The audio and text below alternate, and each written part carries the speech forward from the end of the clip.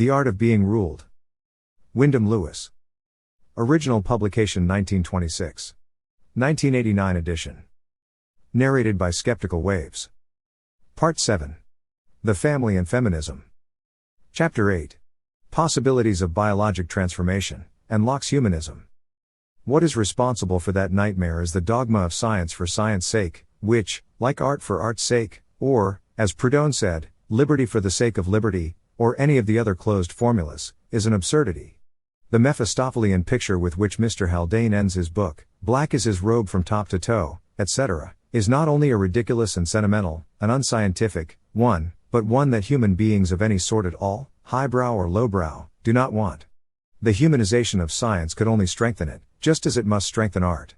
The war on the human, which is simply a war on all life, human being not merely anything particular, feeble, and peculiar to us, but something common to all forms of life, a mountain even being human in so far as it is alive, that war will cause men soon to revolt against not science, but science for science sake.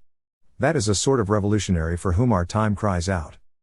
As to the possibilité of biologic transformation, the following remarks may prevent misunderstandings.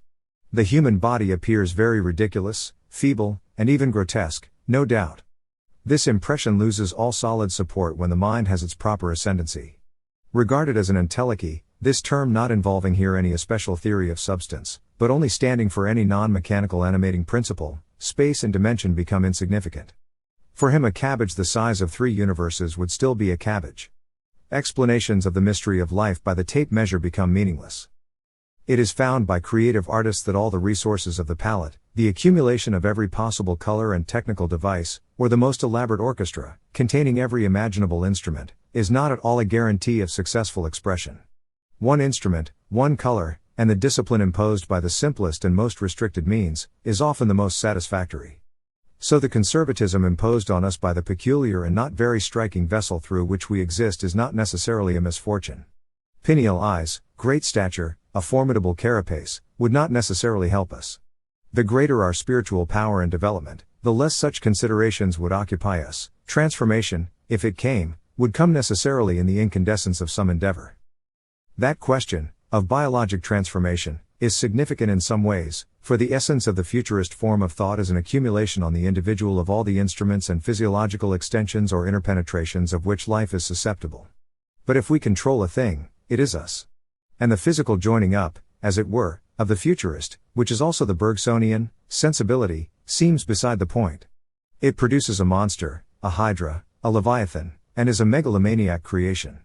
The latter tendency seems to be the expression of the scientific in the vulgar and shallow sense, the last stage of the mechanical, material fancy, the bankruptcy of the imagination. A few of the questions that scientific advances present have been dealt with in the course of this essay. That the era of vulgarization and popular discussion of everything is drawing to a close, I signaled as something to be thankful for. Locke, a long time before the spectacular development of natural science, stated this problem very well. Here is his estimate of what human life, always from the point of view of the human conservative average which is the object of all orthodox revolutionary solicitude, can hope to benefit from natural science. Could we discover the minute particles of bodies, and the constitution on which their sensible qualities depend, they would produce very different ideas in us. Microscopes discover to us, that what to our naked eye produces a certain color, is quite a different thing. So sand and pounded glass, which is white to the naked eye, is pellucid in a microscope. Blood to the naked eye is red, but a microscope shows only some few globules of red swimming in a pellucid liquor. Our wise Creator has fitted our senses and faculties for the convenience of life, and the business we have to do here. We are able to examine and distinguish things so as to apply them to our use, but God, it appears, intended not that we should have a perfect and adequate knowledge of them. Were our senses made much more acute, things would have quite another face to us, and it would be inconsistent with our well-being. If our sense of hearing were but 1,000 times quicker, a perpetual noise would distract us. Were the sense of seeing in any man 100 or 100,000 times more acute than it now is by the best microscope, he would come nearer to the discovery of the texture and motion of the animate parts of corporeal things, but he would be in a quite different world from other people. Such a quickness and tenderness of sight would not endure open daylight. He that was sharp-sighted enough to see the configuration of the minute particles of the spring of a clock, and observe on what its elasticity depends, would discover something very admirable. But if eyes so framed could not at a distance see what o'clock it was, their owner would not be benefited by their acuteness. Locke, Essay on Human Understanding, 1. 23.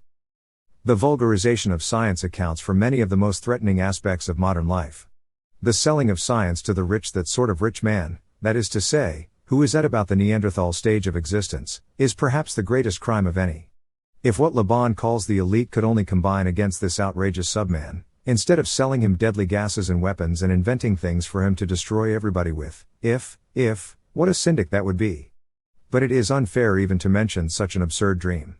It is much better to say, since you must, arm him to the teeth. He may destroy himself.